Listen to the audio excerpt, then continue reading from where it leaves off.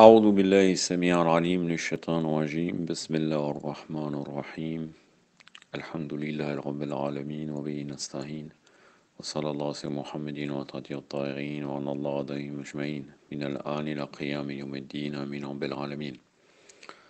Encyclopédie chiite, l'islam d'Abu Taleb, troisième partie. Je vais vous parler de deux événements qui concernent Abu Taleb, la cérémonie de mariage du prophète sallallahu alayhi wa alayhi, et le décès d'Abu Taleb alayhi salam. Et par la suite, ça sera des réponses à quelques équivoques des mukhalifines sur ce sujet-là. Je commence donc. Donc la cérémonie du mariage du prophète, sallallahu alayhi wa alayhi. Abu Taleb s'adressera aux hommes de Quraysh qui étaient présents à la cérémonie de mariage. Louange à Allah. Donc qu'est-ce qu'il dit là? Et louange soit à Allah qui nous a fait à partir de la graine d'Ibrahim alayhi salam et de la progéniture d'Ismaël. Alayhi wa afdallah salat ala Muhammad wa ali Muhammad. Il nous a accordé la maison sacrée et un endroit de pèlerinage. Il nous a fait habiter dans un sanctuaire bloqué, c'est-à-dire al-Haram, auquel les fruits sont apportés. Il nous a fait d'ailleurs des arbitres chez les hommes d'affaires et nous a bénis pour cette terre dans laquelle nous demeurons. Alors il a dit, donc là c'est Abu Talib qui parle, Muhammad ibn Abdullah sallallahu alayhi wa alayhi, est le fils de mon frère. Aucun homme parmi les Arabes ne l'excellait. Aucun homme ne serait comparable à lui, il est sans père, donc la paire, c'est-à-dire dans le sens il n'y a personne, il est hors pair, on pourrait dire hors pair parmi les hommes. Pourtant la richesse est seulement une possession passagère et une sécurité éphémère. Il a exprimé un désir pour Khadija, alayha salam, et elle a montré le même intérêt en lui. Quand en cadeau de mariage, la mare que vous exigez, présentez-la maintenant et sera donnée à une date ultérieure. Elle sera de ma propre richesse. Sirat el-Halabiyya, volume 1, page 139. Concernant, donc, au propos de Abu Taleb, on peut comprendre vraiment qu'il est loin d'être un mécréant. Donc le dernier soupir d'Abu Taleb, malgré d'avoir caché sa foi, Abu Taleb à plusieurs occasions fait connaître sa croyance en l'islam clairement, comme déjà mentionné ci-dessus, longtemps avant sa mort, mais il sera intéressant de citer son annonciation sur son lit de mort. Tandis que sur son lit en agonie, Abu Taleb a indiqué aux Hachémites, je vous recommande d'être bon envers Mohammed, sallallahu alayhi wa alayhi, il est le plus véridique des Quraysh et le plus sincère des Arabes. Il a apporté un message qui est accepté par le cœur et nié par la langue, par crainte d'hostilité. Par Allah, celui qui suit la voie de Mohammed sera sur le droit chemin, et celui qui suit ses conseils aura un futur heureux. Ô vous les Hachémites, répondez à l'invitation de Mohammed, sallallahu alayhi wa alayhi, Allahumma salli ala Muhammad wa ali Muhammad wa la jal farajahum wa al-anada. Et croyez en lui. Vous réussirez et serez bien guidés. Certainement, il est le guide du chemin droit. Ça, c'est dans Muhabbi ad-Dunya, Muhabbil ad-Dunya, volume 1, page 72. Tariq al-Khamis, volume 1, page 339. Balagh al-Adab, Balagh al-Adab, volume 1, page 327. Sirat al-Halabiyya, volume 1, page 375. Sunni Mutalib, page 5. Uruz al-Anaf, volume 1, page 259. Tabaqat ibn Sa'd, volume 1, page 123.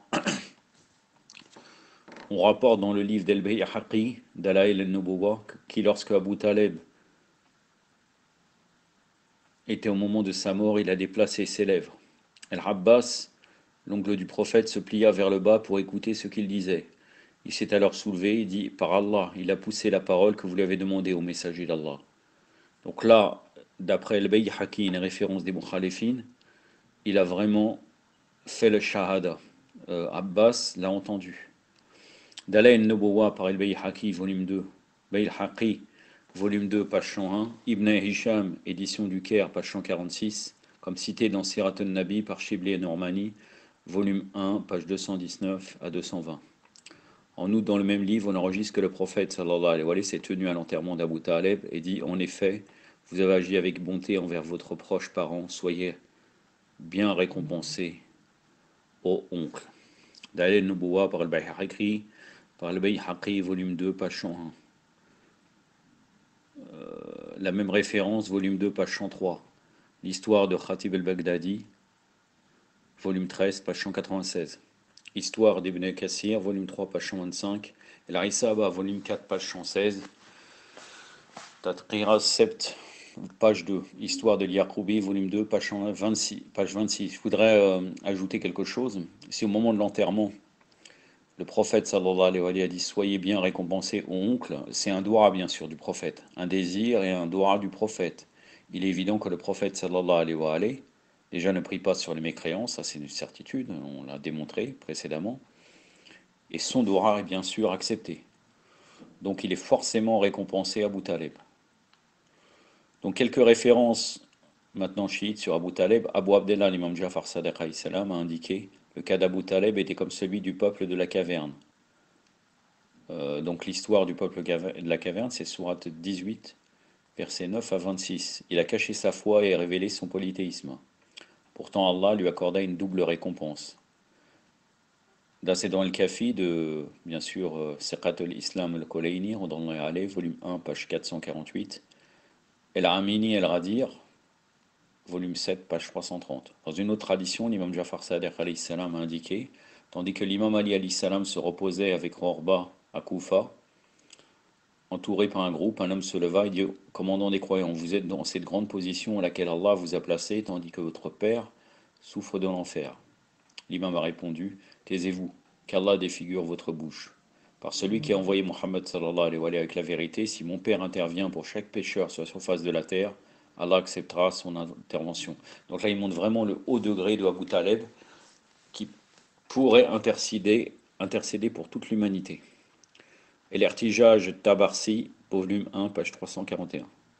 Maintenant, je voudrais finir cette discussion par les questions qui viennent de la pensée donc de l'auteur. C'est l'auteur qui dit ça, les questions pensives, donc c'est ses propres questions suivantes. Pourquoi devez-vous accuser Abu Talib de païen quand il a choisi de croire au message du prophète sallallahu alayhi wa sallam? Il l'a déclaré par des rapports politiques et parfois par des déclarations franches. Quel avantage y a-t-il de l'insulter de mécréant lorsqu'il y a des preuves fortes à l'effet contraire? Qu'allons-nous obtenir en prononçant des insultes à l'un des premiers musulmans comme Kafir? Pourquoi l'accusons-nous de paganisme quand il a défendu le prophète sallallahu alayhi wa sallam par tous les moyens contre les Quraysh? Pourquoi attribuons-nous le paganisme à une telle personnalité qui était si bienveillante à tous les musulmans en protégeant la vie du messager d'Allah sallallahu alayhi wa sallam pendant 11 années? Pourquoi attribuons-nous le paganisme à l'homme qui prononça la formule du mariage et paya la dot pour le prophète sallallahu alayhi wa sallam? Votre esprit peut-il comprendre la notion d'un païen, d'un incrédule, effectuant la cérémonie du mariage pour un prophète? Cette gratitude était-elle sous l'influence de mauvaises pensées? La plus mauvaise insulte qu'apportée par les Bakri envers cette récompense n'était-il pas contre le prophète sallallahu alayhi wa sallam? En effet, sa présence par rapport à la continuité de l'islam n'était pas une chose fortuite. Tous les musulmans doivent le comprendre, mais qu'Allah nous accorde son intercession.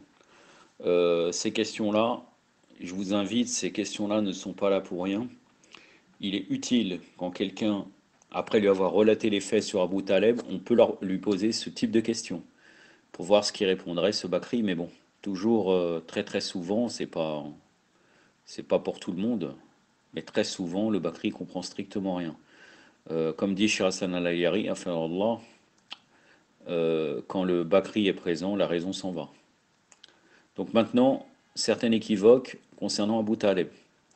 Donc un Mukhalef a mentionné, j'ai eu un examen attentif de ce que vous avez écrit, mais une chose n'est pas très claire. Abu Talib n'a jamais dit mon Dieu. Jusqu'à présent, il est informé qu'Abu Talib, à plusieurs reprises, prononça le Dieu de Muhammad, et il semble qu'il aurait foi en Dieu, mais il n'a jamais dit mon Dieu. Cela montre de toute évidence qu'il n'a jamais explicitement prononcé la croyance islamique, mais il semble l'avoir cru. Donc là, qu'est-ce que répond l'auteur de l'encyclopédie? J'ai présenté deux références qui témoignent qu'Abu Talib prononça le credo de l'islam avant sa mort. Je suis sûr que j'ai cité cette référence dans la partie 2 de mon article. Peut-être l'avez-vous manqué. Ibn Ishaq relate que l'élève d'Abu Talib était dans le mouvement lors de son agonie. Abbas, qui est un incroyant, mit son oreille aux lèvres, et alors dit au prophète qu'il exposait le kalima, la parole que le prophète avait voulu de lui. Ibn Hisham, édition du Caire, page 146, comme cité par Shibli Normani. Une tradition semblable est comme suit. Abu Talib a déplacé ses lèvres lorsqu'il était sur le point de mourir. Abbas alors a demandé ce qu'il a dit, et répéta au prophète qu'Abu Talib avait poussé la parole, donc l'attestation exigée de toi. Ainsi, la shahada avant sa mort est établie par les historiens Mukhalef. Cependant, mon argument était qu'il prononça le shahada de l'islam devant ses plus proches et non en public. Ainsi, il est normal qu'aucune preuve explicite pour cela puisse être trouvée dans l'histoire, parce que l'histoire fut écrite et basée sur les nouvelles publiques et non privées. Cependant, il y a des preuves implicites dans l'histoire qui pourraient mener même les Bakri à croire qu'il était un musulman longtemps avant sa mort. Abu Talib avait déclaré aux incrédules: je jure par le Dieu de Mohammed, sallallahu alayhi wa alayhi. Donc, encore une fois, comme il a été dit précédemment, si on jure euh, il jure par le Dieu de Mohammed, c'est-à-dire que pour lui, ça a une grande valeur.